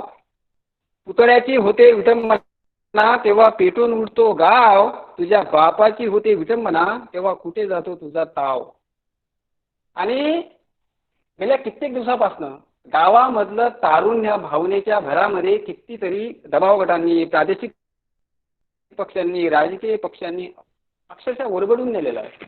आणि हे तारुण्य याच्यामध्ये कितीतरी किसान पुत्र वाहवत गेले आणि हे तारुण्य वाहवत जाऊ नये, यांची विचारसरणी पक्की व्हावी, एक कुठली तरी चाकोरी पक्की व्हावी की ज्या दिशेने सर्जकाचं स्वातंत्र्याचा सूर्य उगवेल असं हे किसान पुत्र आंदोलन. आता या आंदोलनामध्ये मग माझी जबाबदारी काय? तर मी आतापर्यंत कुठल्याही राजकीय पक्षाचा सभासद नाही, कुठल्याही राजकीय पक्षाचा सभासद नाही, याचा मला स्वतःला प्रचंड अभिमान आहे. म्हणजे मी राजकीय पक्षाचा सभासद नाही म्हणजे मी कुठल्या विचारसरणीचा नाही असा अर्थ होत नाही. पण मला या 2-3 वर्षामध्ये किसान पुत्र आंदोलनामध्ये पण काम करताना बराचसा असा अनुभव आला की समजा एका ठिकाणी जर आपण बसलो आहे तर बसलो असल्यानंतर किसान पुत्र आंदोलनामध्ये जवळपास सगळेच राजकीय पक्षांचे किसान पुत्र आहेत, काही प्रश्नच नाही. शेतकऱ्यांना प्रत्येक एक संवेदना म्हणून ते येतात, आपला सहभाग संवेदना व्यक्त करतात. पण तिथं बसले असताना किंवा आपले विचार व्यक्त करत असताना ज्या काही चर्चा होतात तर त्या चर्चांमध्ये आणि किसान पुत्र आंदोलनाच्या उद्दिष्टांमध्ये आणि बैठकीमध्ये ही जबरदस्त विसंगती मला दिसून आली बरेचदा. आणि ही जेव्हा विसंगती दिसून आली तर तेव्हा मनामध्ये कुठंतरी थोडं असं दुखल्यासारखं होतं की किसान पुत्र खऱ्या अर्थानं त्यांना कळायला पाहिजे की समजायला पाहिजे की किसान पुत्र काय आहे. किसान पुत्र म्हणजे काही असं कुठल्या काँग्रेस पक्षावरती जे टीका करण्यासाठी किसान पुत्र आंदोलन नाही आहे किंवा कुठल्या भाजपा पक्षावरती किंवा विचारसरणीवरती टीका करण्यासाठी किसान पुत्र आंदोलन नाही आहे. किसान पुत्र आंदोलनाची बैठकी अत्यंत संविधानिक अशी आहे. आणि खरा प्रश्न तर असा आहे की संविधानातील कायदे सुद्धा असंवैधानिक असू शकतात ही उकल किसान पुत्र आंदोलनाने करून दाखवली. संविधानातील कायदे सुद्धा शेतकऱ्यांच्या गळा कापणारे असू शकतात, शेतकऱ्यांच्या पिढ्याच्या पिढ्या उद्ध्वस्त करणारे असू शकतात. हे आता किसान पुत्राने उलाढाल होऊ शकते. त्याच्यामुळे मला हबीब सरांचं आणखी एक कालचं की परवाचं एक वाक्य आठवतं की संविधान बचाव. संविधान बचाव म्हणजे नेमकं काय? म्हणजे बाबासाहेबांनी लिहिलेलं संविधान बचाव की स्वातंत्र्य प्राप्तीनंतर अवघ्या 4-5 वर्षामध्ये जे परिशिष्ट जोडलेत, कितीतरी शेतकरी विरोधी कायदे तयार करण्यात आले, ते संविधान बचाव. म्हणजे नेमकं संविधान कुठलं बचाव? तर अशी एक किसान पुत्र आंदोलनाची एक मुख्य मागणी आहे की जे शेतकरी विरोधी कायदे आहेत ते रद्द व्हायला पाहिजे. आणि मी जेव्हा एक पुण्याला तो कार्यक्रम झाला होता तिथे एक कविता सादर केली होती. त्यातल्या फक्त मी 2 ओळी घेतो की असंतोष मनामध्ये कसा असतो, पण असंतोष कितीही जरी असला तरी गांधीवादी मार्गाने आपल्याला जायचं आहे, अत्यंत अहिंसक मार्गाने आपल्याला जायचं आहे. की मेघा तू देव माया पण बैमान लेका, की मेघा तू देव माया पण बैमान लेका, फुलोऱ्यात पिकाचं खाली थैमान लेका. इतिहासातही तुय आणि शासनाचं बेहिशोबी युतीचं हे हवामान लेका. मेघा तू देव माया पण बैमान लेका, फुलोऱ्यात पिकाचं खाली थैमान लेका, वाटते हाती घ्यावं रुग्ण टिपणीचं. हा एका किसान पुत्राचा आवाज आहे की वाटते हाती घ्यावं रुग्ण टिपणीचं, अन तुया धन्न शेकाव बैरे कान लेका, तुया धन्न शेकाव बैरे कान लेका. हा एक किसान पुत्राचा आवाज आहे.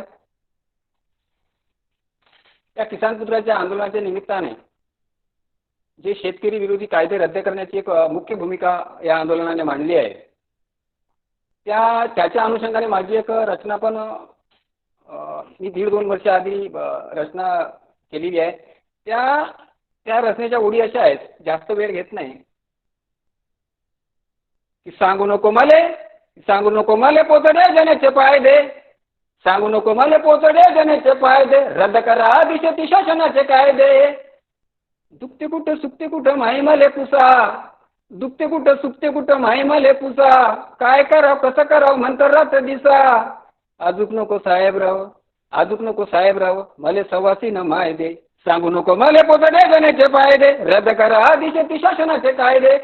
मला वाटतं किसान पुत्र या नात्याने माझी हीच एक प्रमुख भूमिका आहे की कुठल्याही राजकीय पक्षांच्या अपप्रचाराला बळी न पडता, मी एक किसान पुत्र म्हणून कुठल्याही राजकीय पक्षांच्या अपप्रचाराला बळी न पडता, कुठल्याच कल्याणकारी धोरणाला सुद्धा बळी न पडता, सतत विवेकबुद्धी जागृत ठेवून हे 3 कायदे किसान पुत्रांच्या मागण्या पूर्ण कशा होतील, हे कायदे रद्द कसे होतील यासाठी एकनिष्ठ राहील. आणि मी थोडंफार लिहितो पण म्हणजे थोडाफार कवी आहे. तर या वेदना, हे हुंकार आणि या आंदोलनाच्या 4 चौघांसमोर मला कसं मांडता येईल आणि किसान पुत्र कानाकोपऱ्यापर्यंत कसं पोहोचवता येईल, ही जबाबदारी मी पार पाडेल. आणि तीच माझी एक जबाबदारी आहे. मला असं वाटतं बाकीच्या विषयावरती काही आज तर बोलायचं नव्हतं. जे शेतकरी विरोधी कायदे आहेत किंवा त्या संदर्भाने अनेक वक्त्यांनी आजचा 6वा दिवस आहे आपली मतं मांडली आहेत. अभित सर पण वेळोवेळी लाईव्ह येऊन सगळं पद्धतशीर जे आहे ते विवेचन आणि जी मांडणी करतच असतात. अर्थशास्त्रीय मांडणी असते ती अत्यंत कायदेशीर मांडणी असते. ती प्रत्येकाने ऐकावी आणि शेतकरी विरोधी कायदे ही जी एक छोटीशी पुस्तिका आहे ती प्रत्येक किसान पुत्राने वाचावी. म्हणजे डोक्यामध्ये एक लख्ख प्रकाश पडल्याशिवाय राहणार नाही की नेमकं किसान पुत्र आंदोलन काय आहे, आतापर्यंतच्या चळवळी आणि आतापर्यंत राजकीय पक्षांनी गावाच्या ताटामध्ये काय वाढवून ठेवलं आहे, ते किती जहर आहे की त्या जहराने कितीतरी शेतकरी हे ठेसावर येत आहे आणि त्या ठेसाच्या वासाने नाग दाबत किसान पुत्र गाव सोडून शहरामध्ये येत आहेत. तर किसान पुत्र या नात्याने याच्यामध्ये मला एक आणखी गोष्ट अशी लक्षात आली की शेतकरी आंदोलन एक गावापुरतं मर्यादित होतं. किसान पुत्राच्या निमित्तानं म्हणजे भारत आणि इंडिया अशी जी एका काळामध्ये मांडणी झाली होती ती मांडणी खरी पण आहे. तर या आंदोलनाच्या माध्यमातनं त्या मांडणीमध्ये भारत आणि इंडिया ह्या मांडणीमध्ये आणि चळवळीमध्ये भारत हा एकाकी लढत होता. आंदोलनं पण चांगल्या प्रकारे यशस्वी झालेत. पण आज पुन्हा किसान पुत्राच्या माध्यमातून किंवा किसान पुत्राच्या निमित्ताने लढाई लढताना आपल्याला दिसेल. कारण किसान पुत्र जे आहेत ते बहुतांश हे इंडियामध्ये आहेत, शहरामध्ये आलेले आहेत आणि या आंदोलनाच्या माध्यमातून हा किसान पुत्र पुन्हा आपल्या गावासोबत जोडला जाणार आहे. त्याला वेदना तर कोणी सांगायचं कामच नाही. किसान पुत्राला शेतकऱ्यांच्या व्यथा पूर्णतः माहिती आहे आणि त्याच्या बापाने त्याच्या आजाने ज्या काही वेदना भोगल्या आहेत त्याच्या वेदना अजूनही त्या किसान पुत्रांना पण भोगाव्या लागत आहे. म्हणजे किसान पुत्र इंडियामध्ये आला तर पूर्ण इंडियाने त्याला स्वीकारलं असं झालेलं नाही. तो इथे पण तो बहिष्कृतच आहे. म्हणून या माध्यमातून इंडिया आणि भारत एक सशक्त अशी चळवळ उभी राहिली आहे. मी राहील असं म्हणत नाही कारण किसानमध्ये पोहोच निमित्तानं उभी राहिली आहे. इंडिया पण त्या भारताच्या सोबत भारताच्या शोषणाच्या विरुद्ध किसान पुत्राच्या निमित्तानं आता सोबत राहील. किसान पुत्र हे बऱ्यापैकी शहरामध्ये सेटल झालेले आहेत, नोकऱ्यांमध्ये, व्यवसायांमध्ये, सरकारी नोकऱ्यांमध्ये, खाजगी नोकऱ्यांमध्ये. तर मी एक आणि किसान पुत्र नाही असा भ्रम शासनाने पण बाळगू नये, कल्याणकारी सरकारने पण हा भ्रम बाळगू नये की हे लेणार आम्ही आता शहरात पाठवली, आता हे काही यांच्या बापाचं दुःख पुसण्यासाठी आणि अश्रू पुसण्यासाठी गावात येणार नाही, ह्या भ्रमात कुणीही राहू नये. कारण मी जेव्हा 22-23 वर्षाचा होतो मला तेव्हाही हा प्रश्न पडला होता आणि तो प्रश्न मला आताही आहे की मी 1947 पूर्वी जर जन्माला आलो असतो तर मी निश्चितच ब्रिटिश शासनाच्या विरोधात मी फासावरती गेलो असतो. आणि मग मी स्वातंत्र्य काळामध्ये जन्माला आलो आणि मग ही जी परिस्थिती आहे शासन जबाबदार आहे असंच बरेच जण म्हणतात. हे आमदार भ्रष्ट आहेत, खासदार भ्रष्ट आहेत, राजकारणी भ्रष्ट आहेत, व्यवस्था भ्रष्ट आहेत, धोरणं असे तसे. मग गोळी कोणाच्या छातीत घालायची, कोणाच्या विरोधात दंड ठोकायचा हा प्रश्न मला पण पडला होता. कारण शत्रू दिसत नव्हता आणि मग मनामध्ये एक दुःख होतं आणि शत्रू शोधण्याचं एक मनामध्ये कधीतरी अशी एक सय अशी उमटून जात होती की शत्रू कुठे आहे. किसान पुत्र आंदोलनाने ते शत्रू दाखवण्याचं काम केलंय. त्यासाठी मी किसान पुत्र आंदोलनाला, त्या सर्व टीमला आणि आदरणीय हबीब सरांना मनस्वी वावरभर आभार देतो की त्यांनी खऱ्या अर्थानं शत्रू दाखवलेला आहे. हे जे संविधानामधले शेतकरी विरोधी कायदे आहेत हे कायदे हे शेतकऱ्यांचे, शेती व्यवस्थेचे, या अर्थव्यवस्थेचे, ग्रामीण अर्थव्यवस्थेचे शत्रू आहेत. या शत्रूंचा आपल्याला नायनाट करायचा आहे. आणि ज्यांना असं वाटतं की आता किसान पुत्रांना गाववाल्यासोबत काही संबंध नाही त्यांच्यासाठी मी माझ्या काही अभंग एक रचना केली होती. त्यातल्या एवढी आहेत की वयस्कर झाली किती लोकशाही नेसती ही बाई शालू नवा. वयस्कर झाली किती लोकशाही नेसते ही बाई शालू नवा. धोरणाचे व्हावे माती परीक्षण, वावराचे कण बलवान. म्हणजे हे जे स्वातंत्र्यानंतरचा जे काही कल्याणकारी सरकार, कल्याणकारी राज्य आणि ज्या काही पद्धतीनं अंमलबजावणी केली आणि त्या वावटळीमध्ये, त्या वादळामध्ये जे काही वावराचे कण शहरांमध्ये उडाले, स्थलांतरित झाले, त्या वावराचे त्या निमित्तानं इथे सांगायचं होतं. किसान पुत्र आंदोलनामध्ये सहभागी आहे. समर्पित अंतकरणातून मनातून किसान पुत्र आंदोलनामध्ये यापुढे पण सहभागी राहील. आणि दुसरी सर्वात महत्वाची गोष्ट अशी की किसान पुत्राच्या दृष्टिक्षेपामध्ये अत्यंत विश्वासू विश्वासार्ह असं आंदोलन किंवा असं सरांना ही एक चळवळ मोठ्या मेहनतीने अभिप सरांनी उभी केली आहे. तर किसान पुत्रांनी या चळवळीमध्ये किसान पुत्रांनी सहभागी व्हावं. आणि माझा बाप जर शेतकरी आहे, मी जर आज किसान पुत्र आहे, तर माझा मुलगाही किसान पुत्रच झाला ना हो. तो मला इथून जर 10-12 वर्षांनी विचारेल की बाबा महाराष्ट्रामध्ये किंवा भारतामध्ये शेतकऱ्यांसाठी शेतकऱ्यांच्या शोषणाच्या विरोधात शेतकरी कायद्यांच्या विरोधात अशा प्रकारचं आंदोलन चालू होतं अमुक वेळेला. तुम्ही तेव्हा खूप मोठ्या मोठ्या बाता करत होते, तुम्ही कविता लिहित होते, तुम्ही कथा लिहित होते, तेव्हा तुमचा कुठला असा काही सहभाग वगैरे होता काय? तर मला तिथे मान खाली घालायचं काम पडायला नको. मी माझ्या मुलाला ठामपणे सांगू शकलो पाहिजे की मी त्याच्यामध्ये सहभागी होतो. किसान पुत्र म्हणून मी ठेमेठोकपणे सक्रियपणे त्याच्यामध्ये सहभागी होतो. माझं लिखाण हे किसान पुत्रांचं शेतकऱ्यांचं दुःख मांडणारं होतं. मला हे ठामपणाने सांगता यायला पाहिजे. मी पुनश्च एकदा सर्वांना मनस्वी आभार देतो. मला इथे 2 शब्द बोलण्याची संधी दिली, मनोगत व्यक्त करण्याची संधी दिली आणि मी इथे थांबतो. धन्यवाद. मनस्वी आभार. धन्यवाद दादा, तुम्ही खूप चांगलं व्यक्त केलं आणि किसान पुत्रांच्या व्यथा त्याच्या बाबतीत आपली मांडणी खूपच सुंदर होती.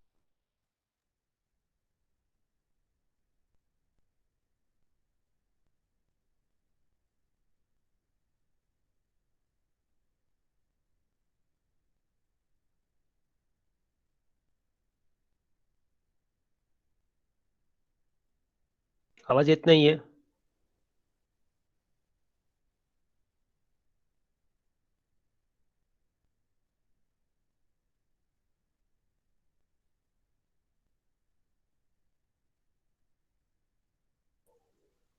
कोणाचाच आवाज येत नाहीये. असलम, आवाज येत नाहीये. असलम, मयूर, बोला पुढचं.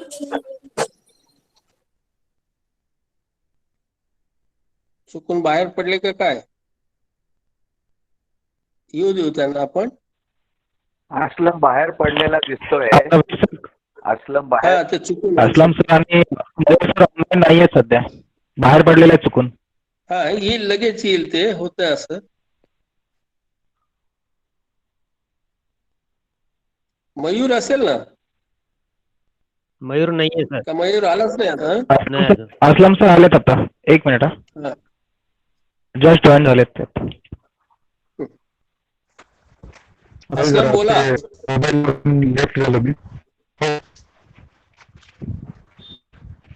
तर पुढचं आपलं नियोजन आहे प्रश्न. पैकी कोणाला काही प्रश्न असतील तर विचारू शकता.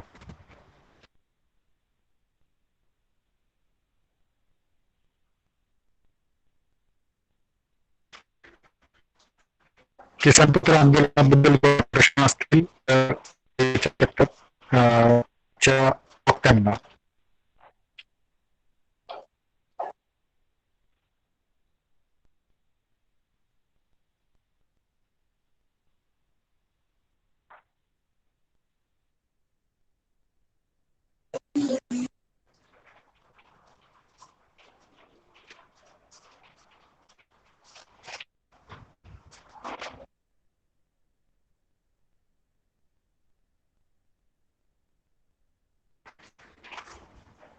सहा वाजून 12 मिनिटं झालेले आहेत.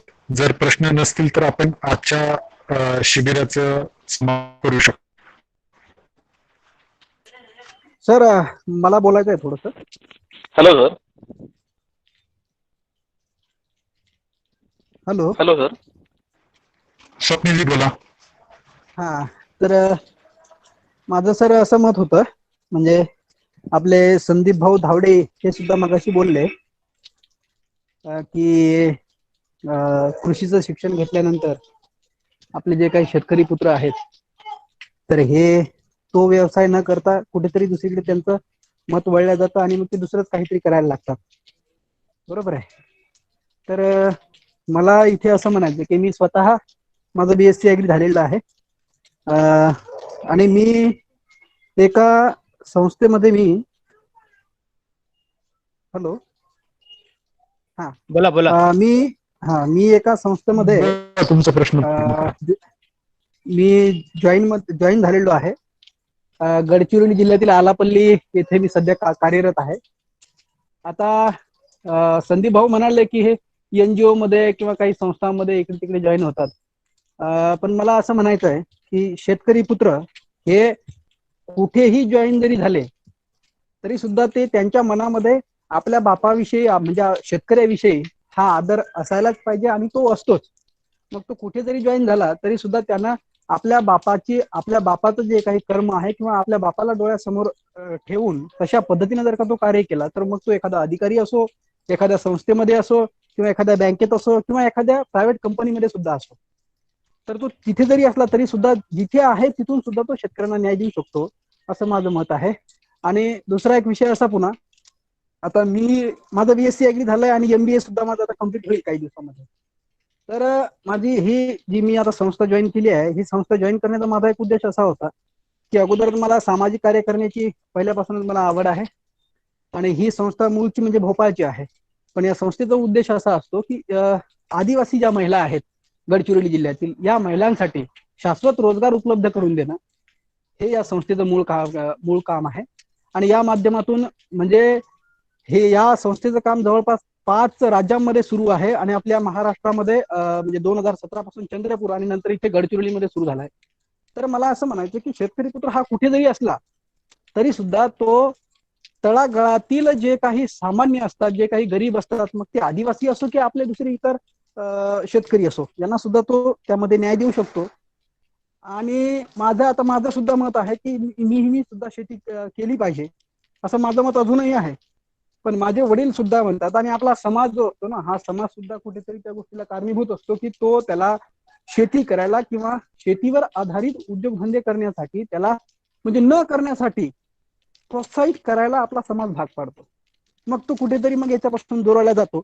मग त्याचं मूळ कारण असं असतं की आता वय झाल्यानंतर त्याचा लग्नाचा विषय असतो. माझं स्वतःचं उदाहरण मी सांगतो तुम्हाला की माझं सुद्धा सध्या आता 28 कंप्लीट आहे, 29 रनिंग माझं सुरू आहे. आता माझंही अजून लग्न झालं नाही आणि ही संस्था जॉईन करण्याचा उद्देश हाच आहे की नोकरी लागली म्हणजे मुलीच्या बापाला सुद्धा असं वाटते की नाही पण नोकरीवाला मुलगा असायला पाहिजे, म्हणजे कुठेतरी आपल्या मुलीला सुख मिळेल.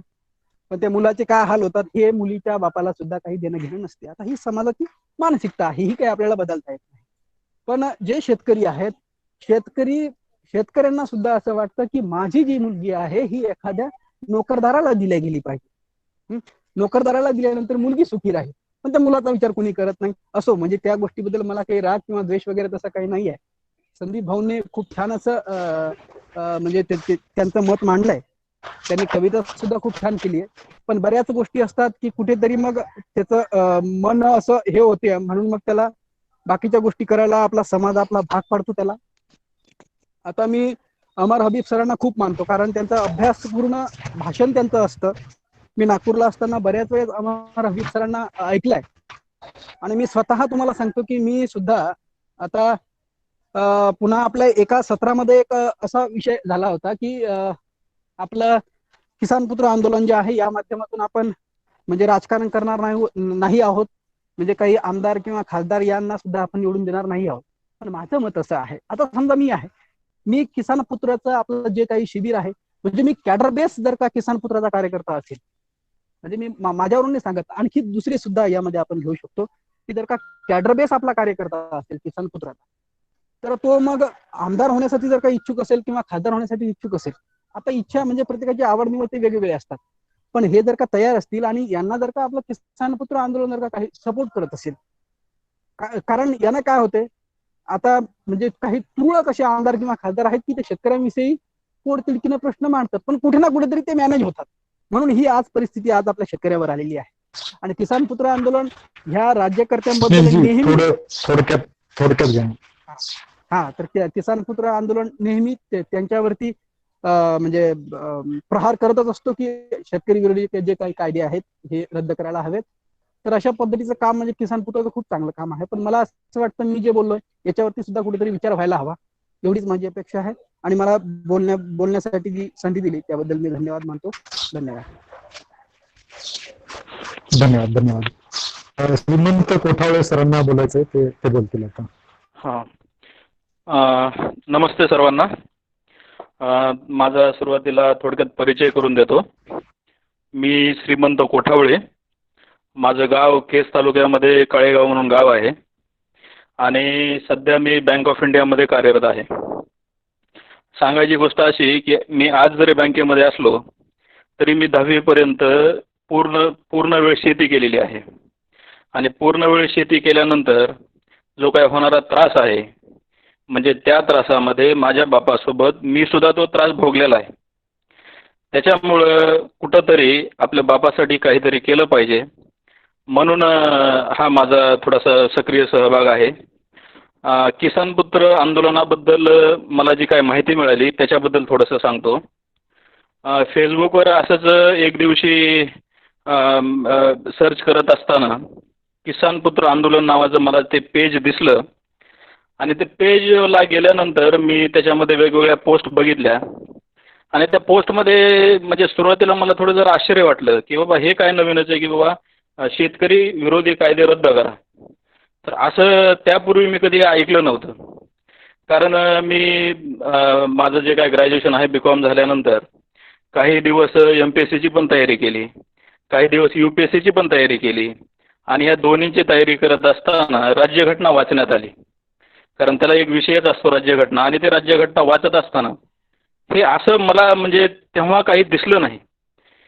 कदाचित माझा वाचनाचा अँगल जो आहे तो परीक्षार्थी म्हणून होता, परंतु या राज्यघटनेमध्ये आपल्या बापाच्या विरोधात सुद्धा काहीतरी तरतुदी आहेत याची जाणीव मला तेव्हा झाली नाही.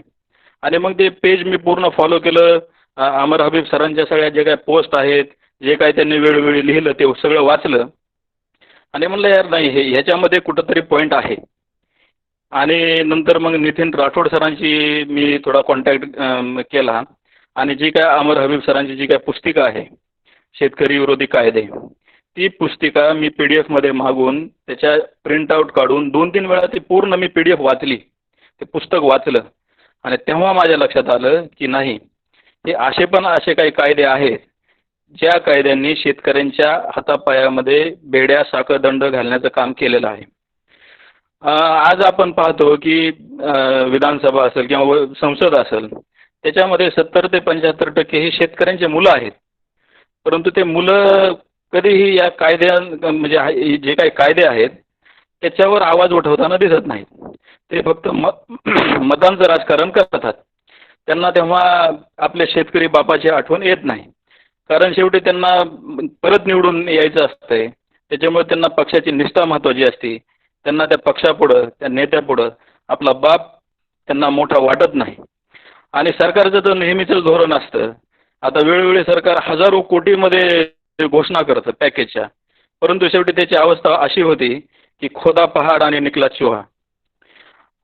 शेतकरी सुद्धा मतदान करतो. शेतकऱ्याला सुद्धा स्वतःचा विकास करण्याचा जो काही हक्क आहे तो आहे, म्हणजे राईट टू डेव्हलप जे म्हणतो आपण. परंतु सगळे अधिकार जे सगळे कायदे आहेत ते शेतकरी आला की सगळे फेल ठरताना दिसत आहेत. जसं आपण बघतो पाठीमागे NCRBचा रिपोर्ट आला होता आणि 2018 मध्ये जवळपास 10,500 शेतकऱ्यांनी आत्महत्या केली असं त्याच्यामध्ये आलं होतं. तर माझा प्रश्न असा आहे की बाबा या ज्या काही 10,500 आत्महत्या आहेत याला तर मी आत्महत्या मानतच नाहीत, या हत्या आहेत. कारण आपल्या IPC मध्ये 306 कलम काय सांगते की एखाद्याला आत्महत्या करण्यास प्रवृत्त करणं हा सुद्धा गुन्हा आहे. आणि जर ह्या सरकारनं शेतकरी विरोधात धोरणं राबवून जर शेतकऱ्याला आत्महत्या करण्यास मजबूर केलं असेल तर ती हत्याच आहे, आत्महत्या नाही ती. आणि मग वेळोवेळी मग हे सरकार अशा घोषणा करतं आणि मग जेव्हा एखाद्या मालाचा भाव वाढतो तेव्हा अचानक बाहेरून इम्पोर्ट करतं आणि ते त्या मालाचा भाव पाडण्याचं काम ते करतं. म्हणजे नेमकं असं होतं की बाबा शेतामध्ये काम करायला आम्ही, उत्पन्न काढायला आम्ही, परंतु जेव्हा त्याचा आम्हाला मोबदला मिळतो तेव्हा मात्र आम्हाला रांगेतून बाजूला केलं जातं. म्हणजे गोळी खायला आम्ही आणि पोळी खायला तुम्ही, ती अशी अवस्था होती. आता थोडक्यामध्ये शरद जोशी साहेबांच्या वाक्यामध्ये सांगायचं म्हणलं तर इंडिया विरुद्ध भारत ही कुठं तरी दरी खूप मोठ्या प्रमाणात वाढताना दिसते आपल्याला. आणि येणाऱ्या काळामध्ये याच्यामध्ये नक्कीच संघर्ष होणार. आज तरी आपण शांततेच्या गोष्टी करतोय, आपण ते सगळं वाचलेलं आहे, आपल्याला अहिंसेची ताकद माहिती आहे म्हणून आपण शांततेच्या गोष्टी करतोय. परंतु जे आपले जे बांधव आहेत त्यांना याची जाणीव नाही, ते मात्र नक्की हिंसेच्या मार्गावर गेल्याशिवाय राहणार नाहीत येणाऱ्या काळामध्ये. आणि शेवटी एवढंच सांगतो, जेवढे काही किसान पुत्र आहेत, जे शिकलेले आहेत, जे गावातून बाहेर शहरामध्ये नोकरीनिमित्त व्यवसायानिमित्त आलेले आहेत, त्यांना माझी विनंती आहे की हे जे काही शेतकरी विरोधी कायदे आहेत ते आपल्या बापाच्यानं ते रद्द करणं शक्य नाही, कारण आपला बाप अडाणी आहे. ते काम आपलं आहे, आपण शिक्षित आहोत, आपल्याला त्या कायद्याचे जे काही तोटे आहेत ते माहिती आहेत. जे कायदा म्हणलं की मला नेहमी महात्मा फुले यांची आठवण येते. महात्मा फुले एकदा म्हणले होते की बाबा एक वेळेस कसाही परवडला, परंतु कलम कसाही नाही, कारण कसाही फक्त एका वेळी एखादा जीव घेऊ शकतो. परंतु जर एखादा कायदा चुकीचा केला गेला आणि तो जर अंमलात आला तर किती माणसं मरू शकतात. तर याचं मूर्तिमंत उदाहरण म्हणजे हे जे काय आज शेतकरी आत्महत्या करत आहेत हे आहे. सरकारचं नेहमी सांगतं की बाबा म्हणजे पिकवण्यावर भर आहे सरकारचा, तुम्ही उत्पादन वाढवा. अरे बाबा आम्ही उत्पादन वाढवतोय, पण आमचं उत्पन्न कुठं वाढतंय? आमचं उत्पन्न वाढताना दिसत नाही. मग ते स्वामीनाथन आयोगाचं मधील घोषणा करतात, म्हणजे त्यांच्या घोषणाबाज्या चालूच असतात, परंतु शेतकऱ्याची अवस्था ही बदलताना आपल्याला दिसत नाही. आणि जर ते बदलायचे असेल तर किसान पुत्रांनी पेटून उठायची गरज आहे. कारण जी काय परिस्थिती आहे आजची ती मला वाटतंय सगळ्यात जास्त किसान पुत्रांना माहिती आहे. फक्त ते बोलण्याची ताकद, ती व्यवस्था बदलण्याची जिद्द जर शेतकरी किसान पुत्राच्या मनामध्ये असेल तर ती एक दिवस नक्कीच बदलेल, हा आशावाद ठेवून मी माझे 2 शब्द संपवतो. धन्यवाद.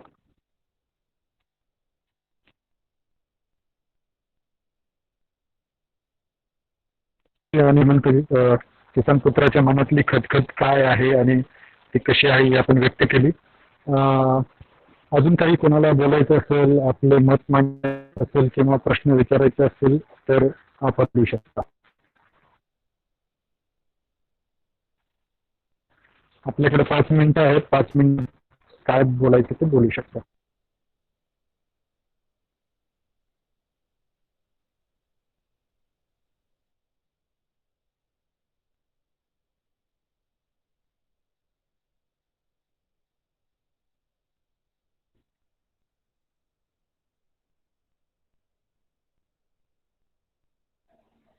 हॅलो हॅलो हॅलो हा बा, कोणी बोलत नसेल तर मी 2 मिनिट बोलतो. हॅलो हॅलो हा बोला बोला बोला. दीपक बोला. तर नवीन जे मित्र आपल्याला जुळलेले आहेत त्या आंदोलनात त्यांना मी व्यक्तीचा एक जबाबदारीचा भाग म्हणून एक विनंती करू इच्छितो की आपण व्हिडिओ स्वरूपात किंवा प्रत्यक्ष श्री अमरजी हबीब सर यांच्याशी संपर्क साधून या पुस्तिका जर मागून घेतल्या आणि मागे कोणी वक्ते याविषयी बोलले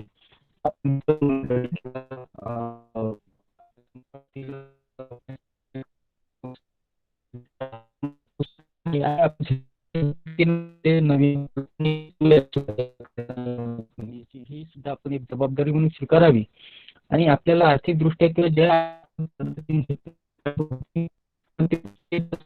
पुस्तकाची प्रस्तावना किंवा पार्श्वभूमी जर थोडक्यात सांगितली तर त्या पुस्तकाबद्दल आकर्षण वाचण्याविषयीची त्याची आवड त्याच्या मनात निर्माण होऊ शकते. हे होता कामाने आपण त्याचा फॉलोअपही 1-2दा घेणे ही सुद्धा आपली एक जबाबदारी आपण समजावी. आणि नवीन जे आहेत मी यातली समारोप जर म्हटला किंवा एक शेवट म्हणून एक करतो आहेत नवीन जे किसान पुत्र आहेत या पुस्तिकेच्या शेवटी शपथ दिलेली आहे आणि ही शपथ मला वाटते या आपल्या आंदोलनाचा गाभा आहे मला वाटतं. त्यामुळे मी शपथ वाचू इच्छितो. मी शपथ घेतो की शेतकरी, महिला व अन्य सर्जकांचे लाचारीचे व कुंठेचे जिने संपवून त्यांना देशातील इतर नागरिकांप्रमाणे सन्मानाने, सुखाने व स्वतंत्रपणे जगता यावे यासाठी मी सर्व शक्तीनिशी प्रयत्न करेन. त्याकरिता शेतकऱ्यांना बरखास्त ठरलेले शेतजमीन कमाल धारणा कायदा, आवश्यक वस्तूंचा कायदा, जमीन अधिग्रहण कायदा व अन्य शेतकरी विरोधी कायदे यावे यासाठी मी सतत कार्य करेन. या कार्यात जात, धर्म, पंथ, पक्ष, भाषा, प्रदेश, लिंग अशा कोणत्याही भेदाभेदांचा अडथळा येऊ देणार नाही. धन्यवाद. ही शपथही आपल्या जबाबदारीचा एक भाग आहे म्हणून मी ही इथे वाचली. आयोजकांचे पुन्हा आभार मानतो आणि माझ्या शब्दांना विराम देतो. शपथ जी आहे ती त्याची परत सुद्धा देणार आहेत शिबिर झाल्याच्या नंतर. जर कुणाचे प्रश्न नसतील तर मी उद्याची अनाउन्समेंट करतो की उद्या आपले किसानपुत्र आंदोलनाचे प्रणेते अमर हबीब बोलतील. हे जे सत्र आहे ते आपल्या सोशल मीडिया प्लॅटफॉर्मवर लाईव्ह ऐकता येईल अशी उपाययोजना करण्याची आमची आजची प्लॅनिंग आहे. तर ते जर झालं तर आपल्याला हे सत्र ट्विटर, फेसबुक आणि यूट्यूब या तिन्ही ठिकाणी लाईव्ह ऐकायला भेटेल. त्याच्या लिंक आणि त्या बाबतीतला मेसेज आपल्या ग्रुपवर शेअर केला जाईल. सर्व शिबिरार्थींचे मी परत एकदा आभार मानतो की तुम्ही आपला वेळ दिला आणि शिबिर अटेंड केली. आजचं शिबिर संपलं असं मी जाहीर करतो.